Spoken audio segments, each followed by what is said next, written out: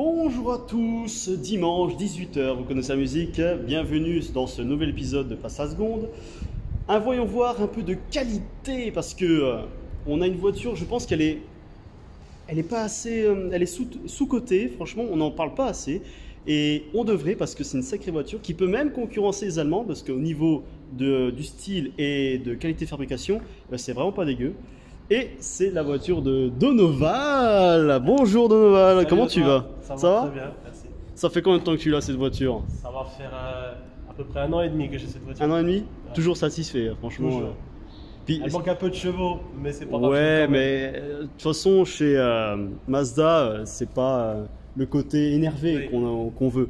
C'est le côté classe, avec un design à la fois dynamique mais sensuel, parce que c'est une voiture avec un look sensuel, vous allez voir. Mazda CX-30, dernière génération.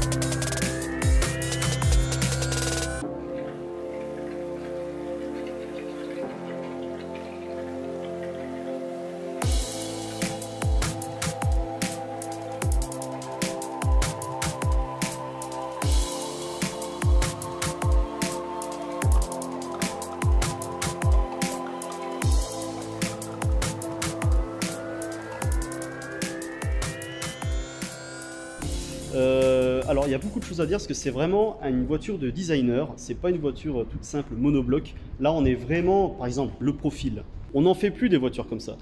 Un long capot, un habitacle assez reculé et une partie un peu fastback en mode coupé avec ce haillon ultra incliné, c'est plutôt assez impressionnant. Mais avant de venir là-dessus, on va déjà détailler le devant. En fait, c'est, comme je disais, c'est un design sensuel, un design zen. Entre guillemets, très zen, un peu comme un jardin japonais. Mais vous voyez, par rapport à ses concurrentes du même pays, je sais pas, j'ai envie de dire Honda ou autre, hein, eh ben c'est un design assez torturé. Là, pas du tout. On est sur des rondeurs, des lignes subtilement tracées. Franchement, c'est un peu comme une Mercedes. C'est très, très dans la douceur. Regardez par exemple à l'avant. Moi j'aime bien l'avant, de toute façon depuis... alors je sais pas si vous voyez avec le reflet du soleil, ça fait un peu chier, mais avec ce regard là, pour moi c'est un avant très réussi. De toute façon Mazda sur les 3-4 dernières années, ils ont quand même fait du bon taf au niveau design, parce que là on est vraiment dans le côté premium quoi. La qualité de fabrication est assez dingue, regardez-moi ce regard très effilé, très fin, c'est vraiment une personnalité... qui peut faire craquer beaucoup de monde. Alors, ça, tu vois, la façon dont c'est agencé, par exemple le morceau de calandre avec le phare, ça me fait penser un peu aux dernières DS. Ouais. C'est ça, avec un phare vraiment très, très enfoncé dans la carrosserie, une zone bien plate qui rejoint la bouche de la voiture. Franchement, ça me fait penser un peu à DS. Mais là, c'est plus... c'est moins brut. C'est beaucoup plus sensuel.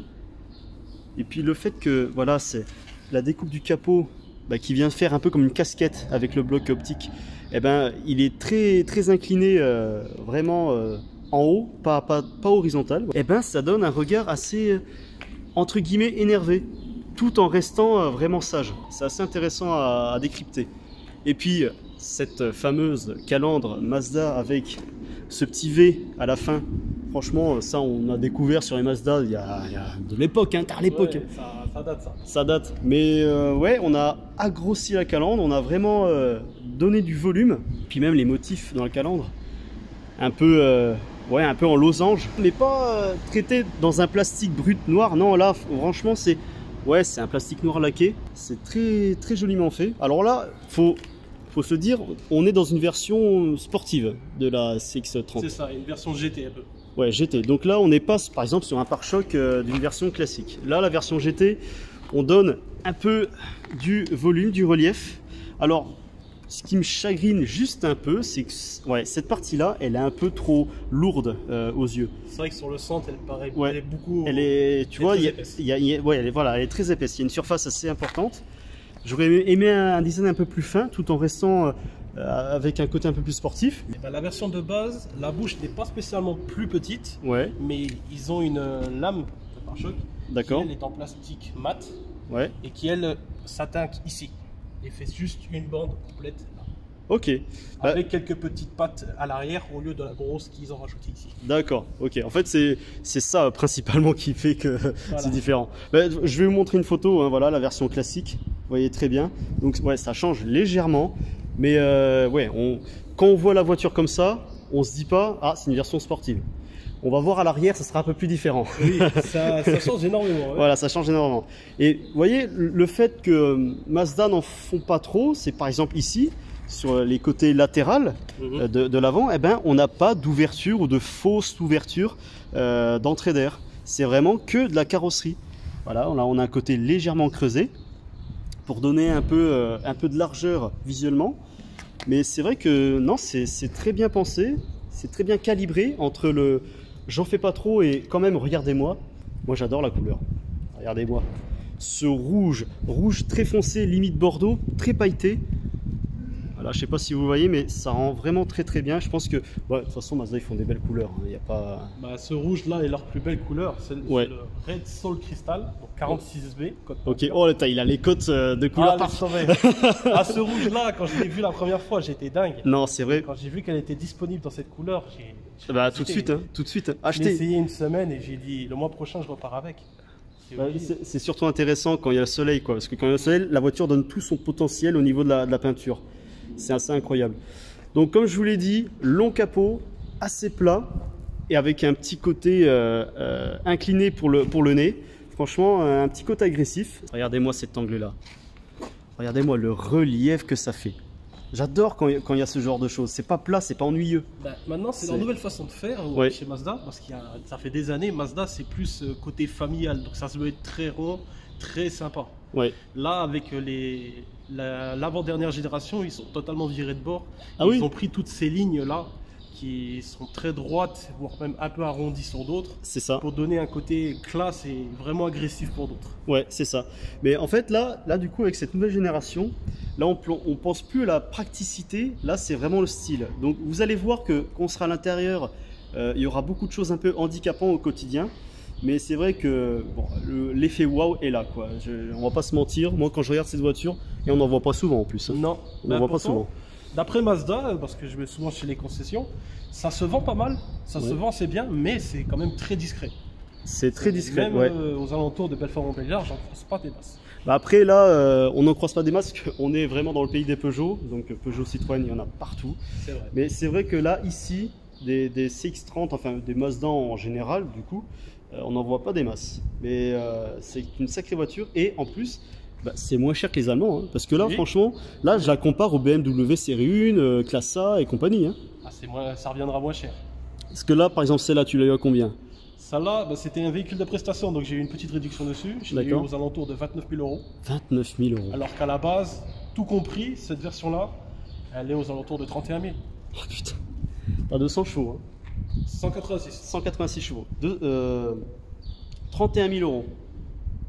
Les concurrences, c'est 15 à 20 000 euros de plus. Donc vous voyez l'enjeu de Mazda, quoi. C'est assez impressionnant. Sans compter que la version haut de gamme, donc, qui possède toutes les options, l'intérieur full cuir rouge, Ouais. celle-là, elle doit monter à 35 000 à 37 000 euros. Voilà, on dépasse même pas les 40 000 euros. Il y a plus ça chez... Même Peugeot sont plus chers. Qu'est-ce que je voulais que je vous dise? Alors là, quand je vous dis que Mazda mise tout sur le style, c'est par exemple la surface vitrée qui est beaucoup plus fine, qui s'arrête vachement tôt pour la deuxième vitre. On va voir qu'à l'intérieur c'est assez handicapant, ou alors ceux qui sont claustrophobes, ben, ils sentiront pas ultra bien. Mais c'est vrai que non, ça le fait très très bien là. Et puis avec, voyez, comme je vous l'ai dit, Mazda c'est le style très calme, avec une portière, mais sans ligne de style, c'est tout en rondeur. Je vais rejoindre Mercedes, mais ça rejoint ce code stylistique là, tu vois. On peut voir notamment avec la découpe de la portière le galbe, voilà. C'est léger. mais ça fait son taf. Et là, un petit creusement pour donner un peu de relief au niveau des bas de caisse, avec en version sport, eh ben, ce bas de caisse qui fait un peu comme un bec de canard, qui donne un peu de relief, de largeur visuellement à la voiture, et qui se termine un peu en aileron léger. Pas creusé, hein, on peut voir que c'est factice, l'air, il n'y a aucune air qui passe à l'intérieur, mais voilà, ça rajoute de style. Ça rappelle un peu les Peugeot 508 PSE qui ont ces ailerons sur les côtés de la voiture. Mais c'est vrai que ça donne vraiment un beau style. J'ai fait une gourde, hein, je dis maintenant. Mazda 3, ok, d'accord, très bien. Bah, vous pouvez m'insulter dans les commentaires, c'est parti. Donc, alors, on reprend le côté, la face latérale de la voiture avec une surface vitrée, comme je l'ai dit, très faible. En plus, ça remonte vers le montant C, donc ouais, ça donne vraiment un style. Tu vois, on dirait pas, limite pas que c'est une 4 portes, enfin une 5 portes du coup. C'est vraiment limite style coupé. On aurait dit que c'était fait pour une 3 portes, mais ça a été un peu allongé pour pouvoir accepter une autre porte. C'est ça, parce que regardez, et là c'est le plus gros du travail de designer, quoi. C'est l'arrière. Regardez-moi ce haillon incliné avec ce béquet mais ultra large. Là c'est vraiment un béquet. L'air passe derrière, mais vous voyez, comme ça participe. On enlève par exemple le béquet. On peut voir que la ligne de toit, la fuite de toit est très inclinée et il n'y a quasiment pas d'angle entre le haillon et le toit. C'est pensé comme un coupé limite. C'est plutôt assez impressionnant. On a très peu de surface vitrée aussi à l'arrière, ce qui est aussi très handicapant lorsqu'on conduit, qu'on fait des manœuvres. Mais le style est là. Et ce qui est très bizarre, au vu des designers, c'est que la vitre s'arrête très tôt. Ou alors, je sais pas, et la ligne n'a pas voulu continuer. Et du coup, ça nous donne une zone ultra vide sur le montant C. Le montant C, il est énorme au vu de l'inclinaison particulière du haillon. Voilà, il n'y a pas de ligne, c'est tout plat. Donc, dites-moi en commentaire si vous aimez cette partie-là ou pas. Je m'étais posé la question en off. C'est que là, nous avons une découpe au niveau de la baguette en chrome. Ce qui paraît au début bizarre, hein, parce qu'on dirait que c'est mal fini, il y a un truc qui va pas. Mais en fait, non, on pense que c'est normal. Ce serait peut-être pour pouvoir plus facilement enlever cette partie-là de la vitre. Voilà. Donc, à voir. Mais en tout cas, c'est vrai que ça fait bizarre. Faut pas poser son œil là-dessus parce qu'on peut se dire, ah, ouf, dommage. Dans sa globalité, la carrosserie est magnifique, elle est géniale. Mais c'est vrai que la voiture possède quelques petites touches de défaut. C'est ça. On se demande comment ça se fait qu'ils ont fait comment ça. Et pourquoi. Pourquoi est-ce qu'ils ont fait ça alors que tout le reste est... C'est ça, tout le reste est super bien assemblé, super bien fait. Là voilà, là c'est le petit côté où les Allemands gagnent un point là-dessus. Mais le côté 3/4 arrière, il est insolent parce que tu vois déjà le côté un peu énervé des feux très fins, très effilés et le côté coupé fastback du côté latéral. Ça va super bien. J'adore parce que, alors il y a un peu de vent, je sais pas si vous m'entendez. C'est le haillon qui forme une courbe vraiment très intéressante pour donner un peu de relief et sur un certain angle avec le soleil de l'ombrage ici. Les feux des Mazda, on les connaît tous. Le petit rond en LED. Ouais, là c'est quand même beau, hein. Ce petit côté là avec le rond qui déborde un peu sur le bloc optique, ça me fait penser un peu à Jaguar, qui font ce même style de bloc optique. Mais voilà, là encore une fois, on est vraiment sur un dessin très sensuel. Des courbes en douceur, franchement, et puis ça s'étire loin sur le haillon, hein. C'est un feu qui est assez large, qui donne un peu de largeur visuellement à la voiture. Bon, alors, faut se dire que c'est un haillon pas pratique parce que il commence très haut, hein, mais tout ça c'est pour le style. De toute façon, Mazda on pensait tout pour le style et rien pour la praticité. Chacun son choix. C'est un choix. Voilà, ou sinon prenez une Golf, hein, si vous voulez avoir le côté pratique. Après là, on est sur une version sportive, comme on l'a dit. Un kit aéro. Kit aéro qui est d'origine. Un Mazda l'ont conçu comme ça. Donc voilà, c'est plutôt bien fait. Il y a du relief. On a un petit côté bande réfléchissante, un peu comme les Formule 1. Tu vois, un peu sur le milieu. C'est plutôt sympa. C'est un rajout de ma part, ça. Oui. Il n'y avait rien. C'est du noir à la base. C'était complètement du noir comme à l'avant. D'accord. Et puis je me disais, c'est con, ça fait vraiment tout noir. Il faudrait qu'il y ait un petit rappel, quelque chose, parce que les deux réflecteurs qui sont sur les côtés. Oui, c'est ça. Ouais. Je trouvais que ça faisait vide. Donc je me suis dit, allez, on va rajouter un petit sticker dessus.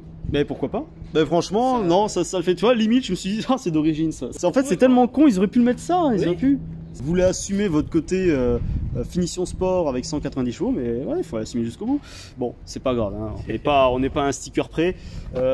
Mais voilà, là aussi, à l'arrière, pareil qu'à l'avant, on est sur un motif losange en noir laqué. Tout est noir laqué. Par contre, ce que tu as changé, c'est les pots. Oui. Parce que les pots d'origine sont comme ça.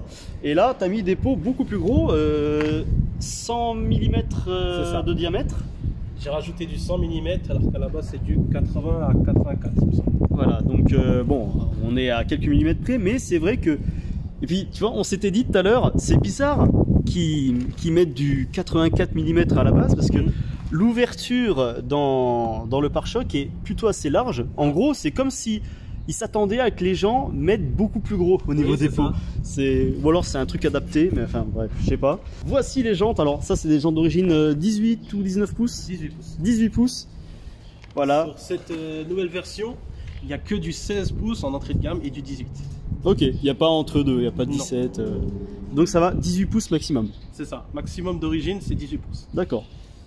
Alors ici en finition noire, hein, pour cette finition sportive, donc le rouge avec les jantes noires, les bas de caisse, c'est magnifique, hein, franchement, y a pas à dire. Ça fait une très belle teinte, complètement noir brillant, laqué en bas, Ouais. le beau rouge, Ouais. et ce que j'aimerais à l'avenir c'est rajouter une partie noire sur le toit pour avoir un deuxième rappel Ok. avec le béquet. D'accord, pourquoi pas, franchement. Donc ces jantes, voilà, multi-branches, hein, je sais pas combien il y en a, mais il y en a. Franchement, assez travaillé, il y a du relief, il y a du volume, il y a de la brillance aussi, parce que là on n'est pas sur un noir mat, hein, c'est vraiment brillant. Donc ça rajoute, ouais, petit côté tunage, mais classe en même temps. Ah, j'aime bien le détail des rétros. Ça rappelle les petits ailerons sur les bas de caisse. Oui. Regardez-moi la finesse, on a un petit côté, je me mets dans un autre angle, on a un petit côté creusé. Là, en fait, c'est comme si c'était une table et on a posé une coque sur cette table-là. C'est vraiment très bien pensé, très bien designé. Voilà. Et là, voilà, comme je vous l'ai dit, ce petit côté aileron de requin qui vient en bout de rétro, ça fait un beau rappel. Limite, au début, on peut se dire, mais c'est un concept car. Pas du tout. Pas du tout. C'est vraiment la vraie voiture, quoi, pour Monsieur Tout le Monde. Et en plus, c'est vraiment pour Monsieur Tout le Monde, parce que 30 000 €, franchement, je suis désolé, mais ça vaut le coup. Pour moi, ça vaut le coup. Eh ben, on a fini pour l'extérieur. C'était un peu long, hein, parce que c'est une voiture de designer et j'ai tellement de choses à dire.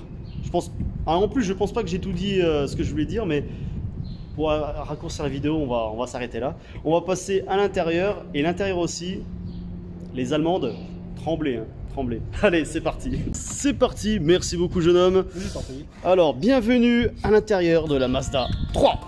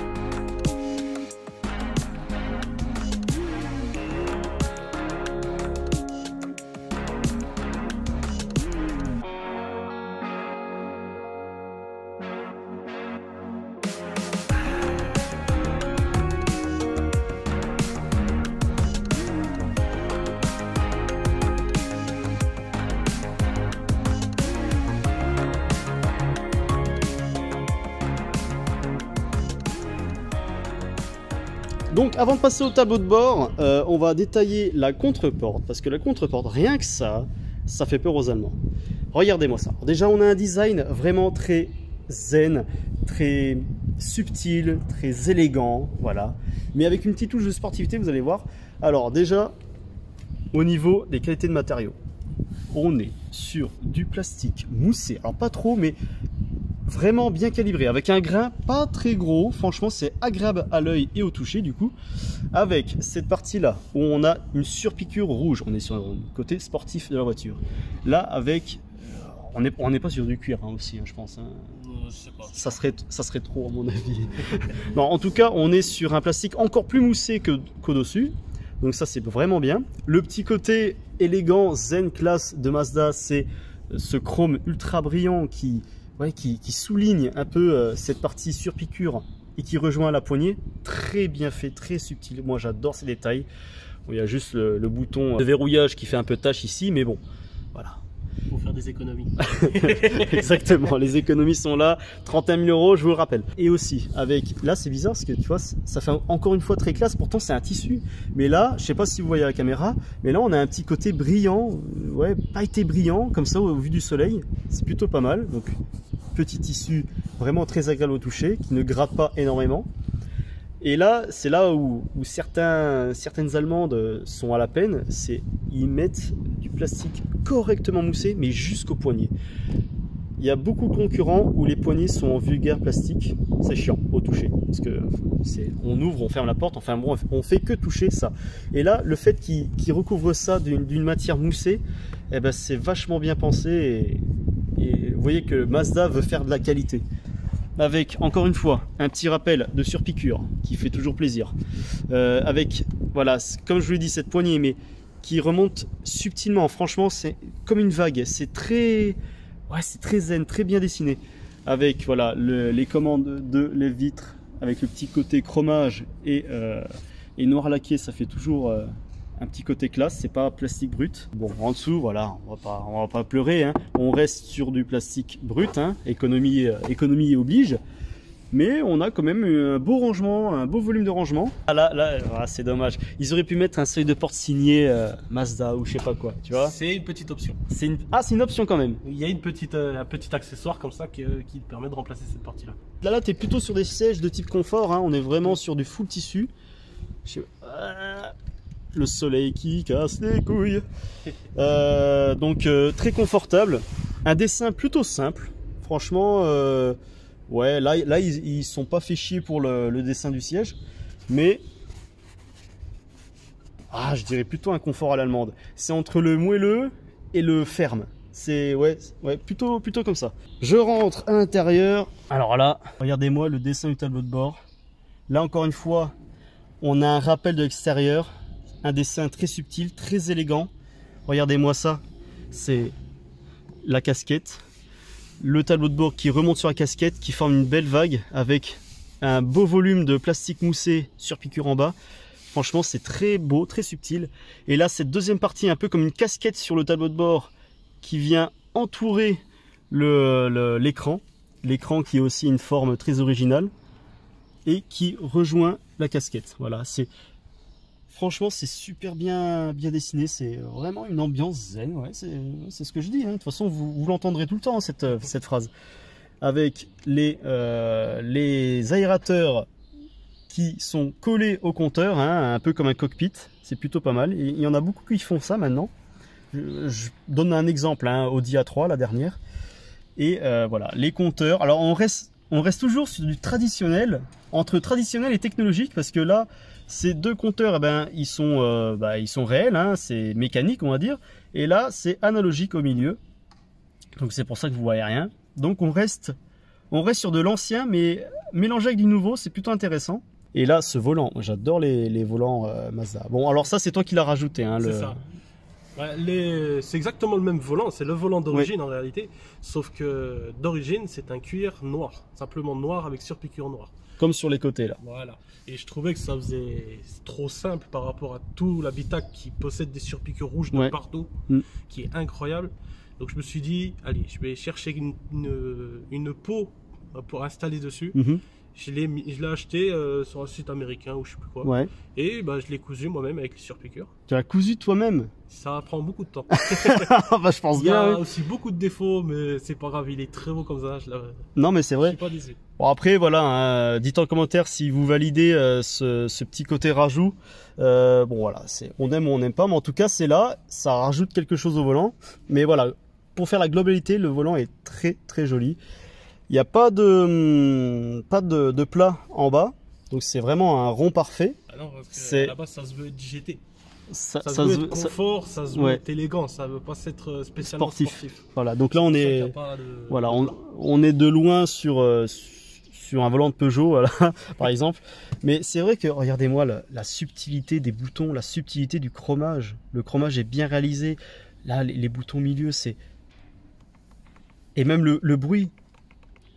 La qualité est vraiment au rendez-vous, quoi. Le moyeu du volant, vraiment bien fait. Le petit logo Mazda, qui n'a pas changé depuis pas mal d'années. Et c'est vrai que les branches, putain, je vois que ça, moi.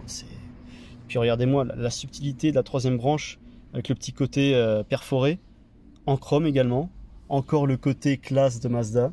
Après, tu vois, ce qui me chagrine un peu, c'est les designers ont eu un max de pensée, d'imagination pour le côté supérieur du tableau de bord, mais le côté inférieur, j'ai l'impression il y a un léger manque d'inspiration. Il y a toujours le petit côté chromé qui entoure les aérateurs, qui fait toute la largeur de la voiture. Mais c'est vrai que ouais, là, ça manque de subtilité, les aérations qui font un peu toute la largeur, c'est un peu dommage, quoi. Là, il y a un petit manque. Mais, ou sinon, là, ils ont fait un taf assez fou pour la qualité des boutons. Regardez-moi, c'est le chromage très brillant, typique de chez Mazda, du coup, et avec le petit côté dentelé pour agripper à la peau. Puis bon, le bruit n'est pas super, mais ça tient, quoi. Ça a l'air de tenir. C'est plutôt pas mal. Et après, là, on a les boutons moyennement bien faits. Voilà, il y a un manque, là. Bon, en dessous, il y a un manque. Après, voilà. On est sur du plastique dur en dessous. C'est normal. C'est une voiture de ce standing-là. Voilà. Mais là, tout au-dessus, la qualité... Putain, ça c'est ultra moussé, ça. Ah, putain, ça fait du bien. Alors, ton écran n'est pas tactile, hein, c'est ça? Non. Ok. Parce que je me suis dit... S'ils mettent du moussé comme ça, c'est forcément tactile pour poser sa main confortablement et toucher l'écran. Non, en fait, non. Mais... ouais, voilà. Regardez, là aussi, encore le côté un point de plus pour Mazda par rapport aux concurrents allemands, c'est la console centrale qui a un revêtement moussé également avec petite surpiqûre. Ça fait plaisir pour poser son genou quand on fait des longs trajets ou quoi que ce soit. Donc, un petit côté confort en plus. Là, petit rangement assez sympathique. Téléphone ou je sais pas quoi. Alors il n'y a pas de recharge à induction hein, ici, hein. D'accord. Ok. Et là, regardez-moi la qualité du... C'est incroyable parce que déjà de 1, il est tout petit, il est pas grand. Hein. Et tu as un étagement assez court, il me semble. Voilà. Donc là, on a un petit côté sportif à prendre en main. On verra dans la partie conduite. Mais regardez-moi la qualité, le cuir qui est plutôt bien assemblé, bien... Non, c'est super bien fait. Le capuchon en chrome, comme d'hab, très brillant. C'est vrai que quand je suis monté dedans la première fois, ce qui m'a tout de suite tapé à l'œil, c'est le pommeau de vitesse. Mais le pommeau, il est super joli, c'est un petit bijou. Tout ça, on dirait un petit bijou, c'est incroyable. Avec ouais, le petit côté cuir pour englober le levier. C'est pas gros, c'est pas brut, c'est super subtil, c'est bien fait. Hein. Donc là, c'est le côté où on communique avec l'écran, hein, bouton et tout. C'est plutôt bien fait. Le bruit est là. Le bruit, c'est un bruit de qualité, quoi. Regarde, même le volume, il est encerclé de chrome avec le motif de Pico, quoi. Revêtement plastique noir laqué. Alors oui et non, parce que oui, ok, c'est classe. Non, parce que ça laisse des rayures, ça vieillit très mal dans le temps. Mais c'est là, quoi. La qualité est au rendez-vous. Pour quelqu'un maniaque comme moi, c'est horrible. Ah ben voilà. J'ai beau frotter, j'ai beau ah mais là ça au maximum, je ne peux rien faire. Ça c'est horrible, mais quand c'est neuf, c'est super beau. Ah, bah, quand c'est beau, ça brille. Ah oui, c'est vraiment ça. Un an et demi après, t'as envie de t'arracher les cheveux quand tu passes un coup dessus. C'est vraiment ça. C'est un peu comme laver sa voiture quand elle est noire, quoi. Ça, t'as toujours des traces. Et j'avais un SUV noir avant, donc. Ah bah voilà. Chaque printemps, je vrillais. C'est pas possible. Ah mais il y a de quoi vriller, ouais. Là, il y a le petit côté chromé qui entoure les commandes et le levier, très subtil, très bien fait. Là, la coudoir qui est vraiment très moussée par rapport à d'autres concurrents, c'est vraiment pas mal. On n'a pas une gêne au coude, ça c'est vraiment bien. Pour l'ouvrir, alors tu tires. Ah ok, je tire et ça s'ouvre comme ça, ok. Alors, grand rangement, plutôt assez impressionné. Pas ouf ça, pas ouf. Disons qu'il faut pas trop... faut pas trop jouer avec. Non, franchement... Puis tu vois, la console centrale, elle est haute, elle est imposante. Ça donne vraiment un petit côté cocon quand tu conduis, c'est vraiment pas mal. C'est ça. On va passer à l'arrière pour voir ce que ça vaut. C'est là où ça va être compliqué par rapport au style extérieur. C'est l'arrière, vous allez voir. Et le ciel de toit noir n'aide pas, évidemment. Alors après, l'accès à bord est plutôt aisé. Je vais m'installer. Donc la découpe de porte est assez grande. Voilà, je m'installe correctement. Je me baisse pas la tête. Enfin, un gabarit comme moi, bien évidemment. Et alors on va détailler déjà les contre-portes arrière. Et là, tu vois, là encore, on gagne un point par rapport aux allemandes. C'est que là, on est encore sur du plastique encore plus légèrement moussé qu'à l'avant, mais on a quand même un petit revêtement doux au toucher. Là, toujours cette partie qui est en plastique bien moussé, sur piqûre rouge également. Le petit chromage qui rejoint la poignée, le petit tissu et surtout la coudoir avec la poignée également gainée de plastique moussé à l'arrière. Ça c'est très important, il faut le noter. Et avec, on a plutôt un grand rangement, on peut poser pas mal de choses à l'arrière. Alors je vais fermer la porte pour que vous voyez. Tac.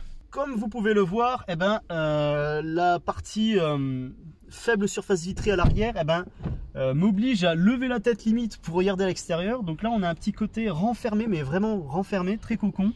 Pour les enfants par exemple, où la tête arrive à peu près à ce niveau-là, ils verront pas l'extérieur, ils verront que le ciel. Donc ça c'est le petit côté dommage. Alors là, le siège tu l'as réglé pour ta taille. Hein. C'est ça. Tu fais 1 mètre combien?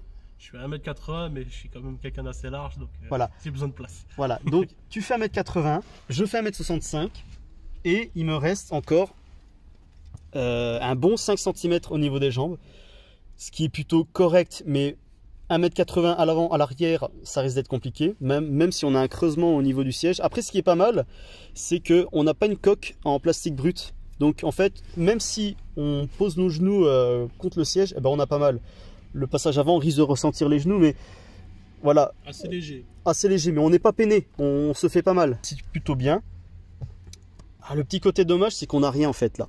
Je sais pas si c'est une option par Mazda, mais là, il n'y a aucune aération, aucun bouton, même aucune prise de recharge USB ou je sais pas quoi. Là, c'est un peu dommage. En fait, dans les Mazda 3, je ne pense pas qu'il y ait des aérations à l'arrière, même des prises. Okay. Mais ça, dans les gros véhicules comme les CX3, CX5, il y a des aérations. Donc, est-ce que ça a été pensé à peu près pour la globalité des véhicules? Peut-être. Ouais, ils ont rajouté au fur et à mesure, en fonction de la place qu'ils avaient. C'est ça. Bah ouais, c'est un petit côté tristouné pour l'arrière. Voilà, là vous pouvez voir la globalité du tableau de bord à l'avant. Regardez, c'est plutôt bien foutu, hein, on va pas se mentir. Malgré la fuite de toit assez fuyant, eh ben, on a un creusement réalisé pour laisser passer la tête. Il me reste là également 5 cm pour la tête. 1m80, attention, mais mon gabarit ça va. Et le côté gênant, surtout pour le conducteur, mais je pense qu'il y a tout, le caméra de reculer et compagnie, mais la lunette arrière, la vitre est très faible. C'est-à-dire qu'on voit pas grand-chose quand on fait des manœuvres. En ville, ça doit être un peu galère. Après, la banquette est également moussée pareil qu'à l'avant. Attends, je comprends pas là. Pourquoi il y a un rangement côté passager et côté conducteur, il n'y a rien? Je ne sais pas. J'avais ça aussi dans mon ancien SUV, dans le CX5 de mon père. On a toujours eu un range documents sur le. Mais c'est fou! Mais c'est fou qu'on ait rien! Toujours eu ça.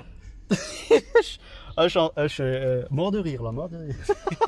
Bon, on va passer au coffre, on va voir ce qu'il en est. Hop, alors également pas de difficulté pour sortir, c'est assez aisé. Le haillon est haut, quand on transporte des bagages, c'est un peu. Alors je pense pas qu'il y ait de bouton, je pense que c'est à l'avant qu'on. Non, ah non, c'est en dessous le logo, ok. Hop. Voilà, on a un coffre. Alors je ne sais pas le litrage du coffre, tu sais? Non plus, non. Eh ben, je vais vous le mettre, c'est parti. Moi, je dirais visuellement, là, comme ça, c'est dans la bonne moyenne de la catégorie. Parce que, bon, le côté profond, c'est pas pour gagner de la place, c'est juste parce que le seuil est haut. Voilà, c'est tout. C'est un volume vraiment assez carré, donc on peut mettre des choses assez encombrantes, ça passe. Voilà, on a un petit côté creusé pour les côtés latérales. Pas de ouf, hein, quand même, parce que on a ça quand même. peut être grand, mais ça a quand même des limites. Ça a quand même des limites parce que c'est dans une bonne moyenne. Ouais. Là où ça a un gros point fort, c'est quand on rabat les sièges arrière. Là, on gagne énormément de place en termes de volume. Ah oui.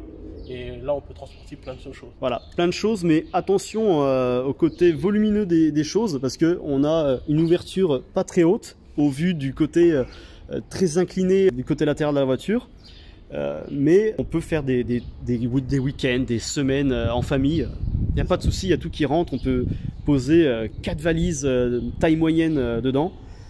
Donc c'est plutôt pas mal. Mais c'est vrai que le côté latéral n'est pas assez creusé au vu du galbe à l'extérieur des épaules de la voiture. Faire un creusement comme il y a dans les CX5, parce que dans les CX5, le coffre est hyper grand, ouais. Et ça creuse directement depuis le dessus.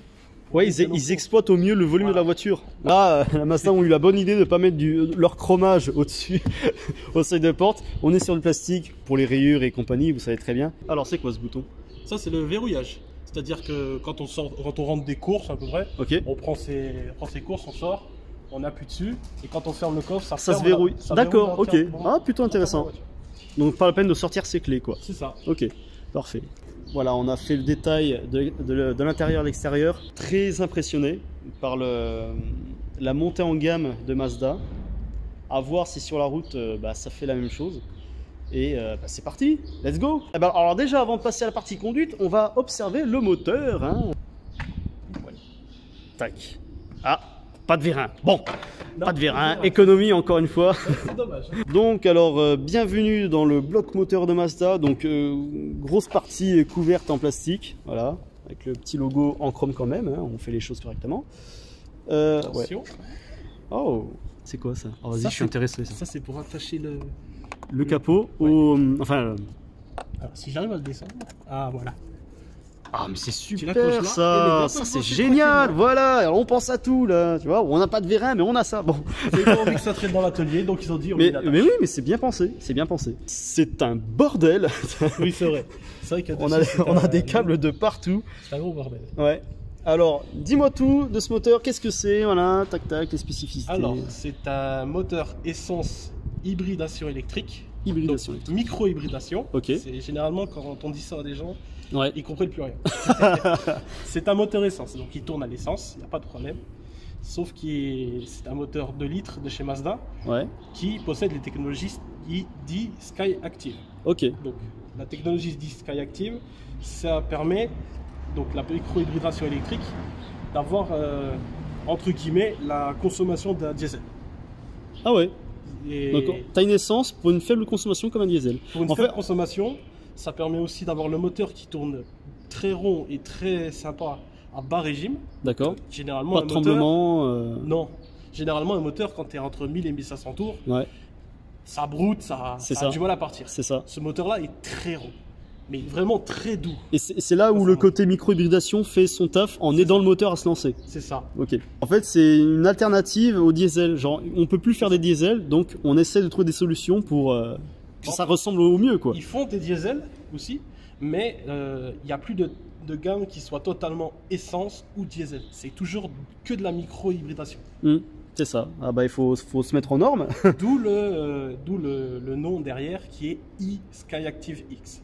Donc Skyactiv c'est la technologie et i c'est le électrique. Le côté électrique. Sauf que quand il y en a qui voient électrique, ils se disent c'est une hybride. C'est une merde. C'est une merde. Donc là on n'a pas de turbo. Hein, non, c'est un atmosphérique. Atmosphérique à l'ancienne. Donc il y a un petit côté vintage dans la conception du moteur. C'est vrai que les Japonais sont très portés sur le turbo. Oui, c'est vrai que voir un Atmo sortir en 2019, la version là, c'est vrai que ça a changé un peu. Ça a changé. Mais à l'époque, il y a 20 ans, ils étaient à fond sur l'Atmo. Hein. Ouais. Ils ont passé un coup au turbo parce que c'était vraiment l'avenir de l'automobile. Oui, pour être dans le coup, quoi, pour c'est ça. pouvoir bien vendre. C'est ça. Et là, c'est vrai qu'ils reviennent un peu à l'Atmo. Donc là, on est sur 184 chevaux. C'est ça, 186. Ah, puis après, tu nous feras un démarrage du moteur. Là, on va voir le côté tunage de ce qu'il a fait au niveau du pot. Alors, c'est pas du full tube, hein. T'as quand même mis un... C'est quasiment un full tube. Quasiment, ok. Disons qu'on s'est arrêté à un niveau parce qu'on a vu qu'il y avait un clapet qui était installé dessus. Ouais. D'origine. On ne sait pas du tout à quoi ça sert. Ok. J'ai essayé de me renseigner, je ne sais pas du tout. Il faudrait que je voie en concession peut-être. Peut-être que les mécanos pourraient me renseigner. Mais on avait préféré éviter de l'enlever parce que je pense que si j'aurais fait ça, ça m'aurait affiché quelque chose sur le tableau de bord. Ouais, genre les voyants comme quoi il y a un truc qui manque. Voilà, et j'aurais préféré éviter. Ok. Donc c'est pour ça qu'on a coupé un peu. Mais c'est vrai qu'au niveau de la ligne, disons qu'on a coupé à peu près à ce niveau-là. Ah oui, loin. Ah oui, donc, loin. On a toute la partie collecteur, etc. Ouais. Il y a le clapet, et à peine plus loin, donc on va dire 5-6 cm après, on a coupé. D'accord. Donc tout le reste, c'est un full tube en inox avec deux parties, une qui sort sur un clapet et l'autre qui sort sur un silencieux. Ça, c'est bien que tu as les clapets. C'est très bien pensé. C'est très sympa pour les balades et puis quand on veut être tranquille le matin, quand on va au boulot. Ah oui. La clapet ouvert.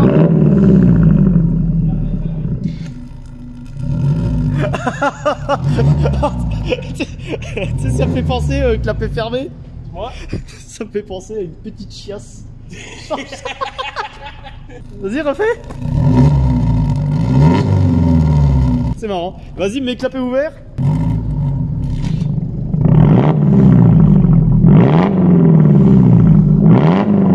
Ah ouais, là c'est le jour et la nuit là, ouais, ça change vraiment. C'est parti, il me laisse ce volant, très gentil à lui. Donc on va essayer de pas faire les cons.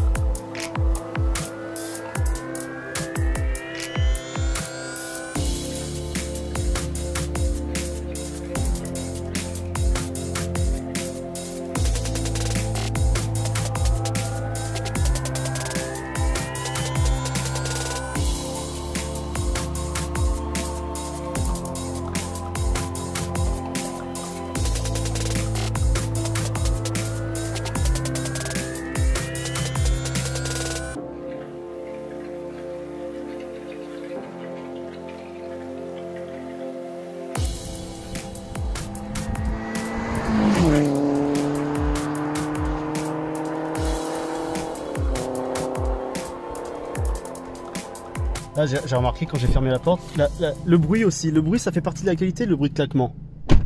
C'est très sourd, moi j'aime bien. Ah, on a l'affichage tête haute, mais pas une seconde vitre, non, c'est vraiment projeté sur le pare-brise. On peut voir là, on a un petit enfoncement où tu as toutes les informations qui passent. Ouais, mais alors on peut pas voir différents dessins de compteurs hein, sur la partie numérique. Non, il y a différentes informations qui peuvent s'afficher quand tu es sur le bouton info sur la gauche. Ah oui. Voilà. Ok. Ça s'affiche sur l'écran. Voilà, par exemple, 6 litres 4, on est sur une consommation relativement bien basse.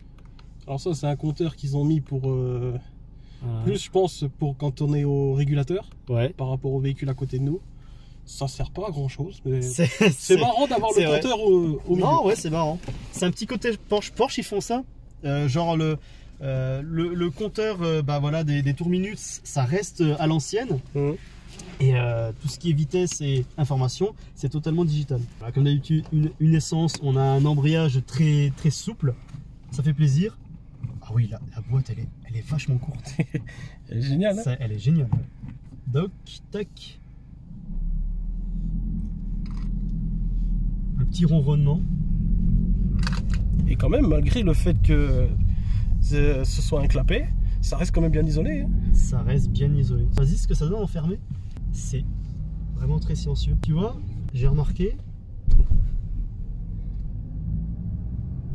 on a un petit côté claquement comme les diesels. C'est là, j'ai pas l'impression de ressentir une essence. Mais voilà, en fait, le bruit, on sent que c'est un 2 litres, donc c'est un assez gros moteur, quoi. Petite reprise en 3.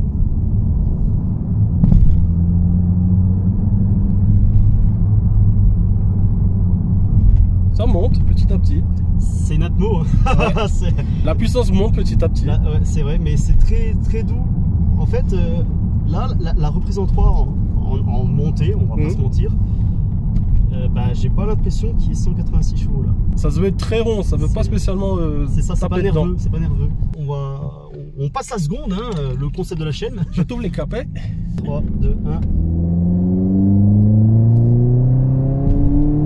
Ouais, au-dessus de 4000, ça donne son potentiel.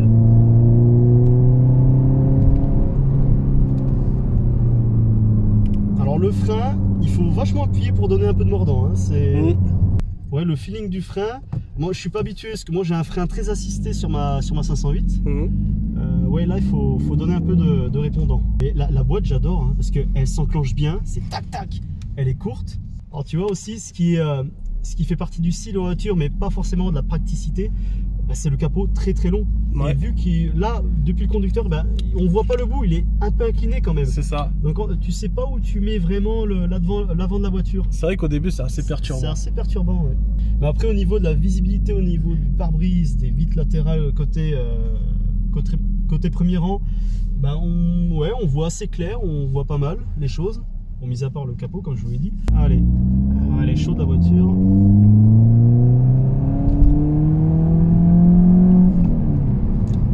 Moi j'aime bien le bruit, il est pas casse-oreille, enfin la voiture est très insonorisée, mais tu vois même à haut régime c'est bien.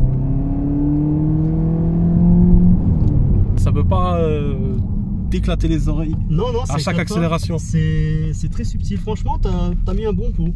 Ouais, t'as fait un bon choix. Mais tu vois, même à haut régime, je sens pas les 186 chevaux. Là, franchement, au ressenti, j'en ai 160. Donc là, là, on teste le rayon de braquage. On a un très beau rayon de braquage.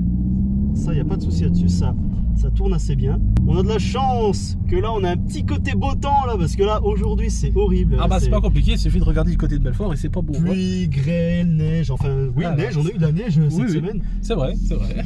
C'est n'importe quoi.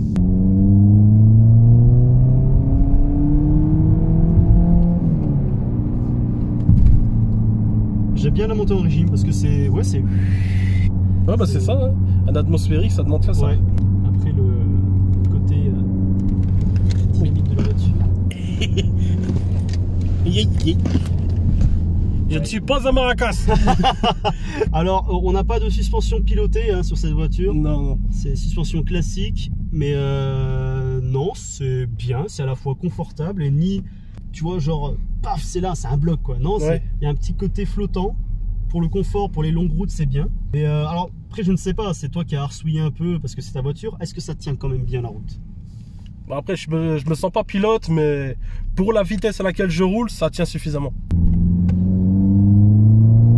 Le répondant, vous voyez, vous avez entendu le coup où j'ai appuyé tout d'un coup sur l'accélérateur, le clac. À 3005, là, il y a du répondant.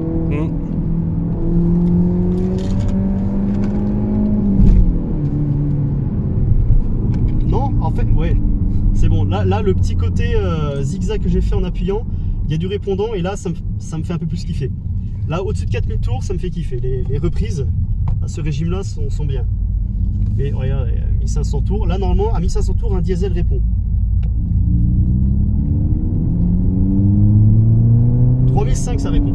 Oui, parce que même si ça prend la conso d'un diesel et ça se veut un peu avoir le comportement, bah, ça en prend pas le coup.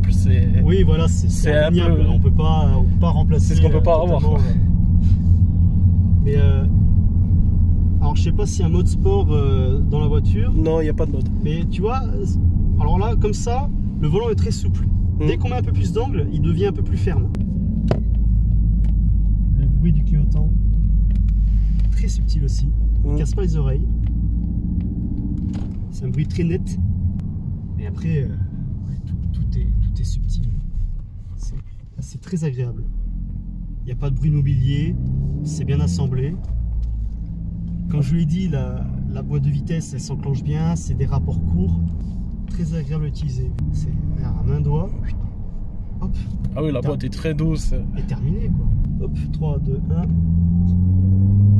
1. Allez. À remonter sa peine. Mais ouais, en ville.